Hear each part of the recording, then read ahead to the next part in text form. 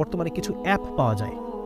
Google play স্টোরে কিছু app পাওয়া যায়, যেটা অ্যাপের নাম যেমন নোফ্যাপ এরকম নামে কিছু অ্যাপ পাওয়া যায়। এই অ্যাপগুলো যেটা করবে আপনাকে, সেটা হচ্ছে আপনাকে প্রজেক্ট দিবে যে 2 দিন পরে আপনাকে এরকম একটা মর্যাদা দেওয়া হবে বা এরকম একটা র্যাঙ্কে আপনাকে উন্নীত করা হবে। 4 দিন পরে আপনি এই র্যাঙ্কে উঠবেন, 5 দিন পরে আপনি এই র্যাঙ্কে উঠবেন, 6 দিন পরে আপনি যদি 6 দিন হস্তমৈথুন না করে থাকেন, পর্নোগ্রাফি না দেখে থাকেন, 6 দিন পরে আপনি এই র্যাঙ্কে উঠবেন। 7 দিন পরে, 2 সপ্তাহ পরে আপনার র্যাঙ্ক হবে এইটা।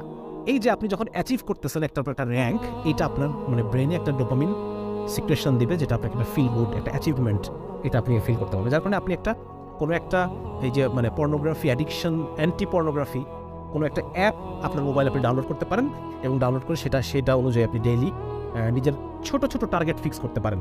ছোট ছোট টার্গেট, এই ছোট ছোট টার্গেট অ্যাচিভ করা আপনার ব্রেনে ডোপামিন সিক্রেশন করবে, যেটা আলটিমেটলি আপনার পর্নোগ্রাফি দেখার আগ্রহ এবং প্রবণতাকে কমিয়ে দেবে।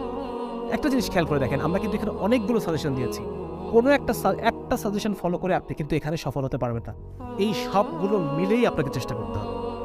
সবগুলো মিলিয়ে চেষ্টা করার পরও আপনার রিল্যাপস হবে। রিল্যাপস কাকে বলে? যে হয়তো কখনো আপনি শয়তানের কাছে হেরে গেলেন, হ্যাঁ, কখনো আপনি শয়তানের ওয়াসওয়াসায়, নফসের প্ররোচনার সাথে আপনি আর পেরে উঠলেন না, হ্যাঁ, আপনার দ্বারা আবার গুনাহ হয়ে গেল। এরকম হবে, এরকম হতে পারে, কিন্তু আশা হারানো যাবে না, ঠিক আছে না? আমরা এটা আমাদের পডকাস্টে আলোচনা করেছি যে আল্লাহর রহমত থেকে নিরাশ হওয়া, এটা আমাদের আলেমরা বলেন এটা কুফর। আল্লাহর রহমত থেকে নিরাশ হওয়া কুফর। সুতরাং আমরা কখনোই আল্লাহর রহমত থেকে নিরাশ হই। আমরা রাসূল সাল্লাল্লাহু আলাইহি ওয়াসাল্লামের সেই হাদিসে বিশ্বাস করি, বান্দা যদি এক আকাশ পরিমাণ গুনাহ নিয়ে আমার সামনে আসে, আল্লাহ রাব্বুল আলামিন তার চাইতেও বেশি রহমত নিয়ে বান্দার সাথে সাক্ষাৎ করবেন। সুবহানাল্লাহ। সুতরাং আমরা গুনাহ করতে করতে কখনোই আল্লাহর রহমতকে ক্রস করে যেতে পারবো না, ঠিক আছে না? আপনি যদি মনে করেন যে না, আমি তো জীবনে বহুবার তওবা করেছি, আমি আবার কেন তওবা করব? আরে আমি তো গাদ্দার, বারবার আমি কথা দিয়ে কথা রাখি না, ঠিক আছে না? এরকম এই কথাটা শয়তানের পক্ষ থেকে।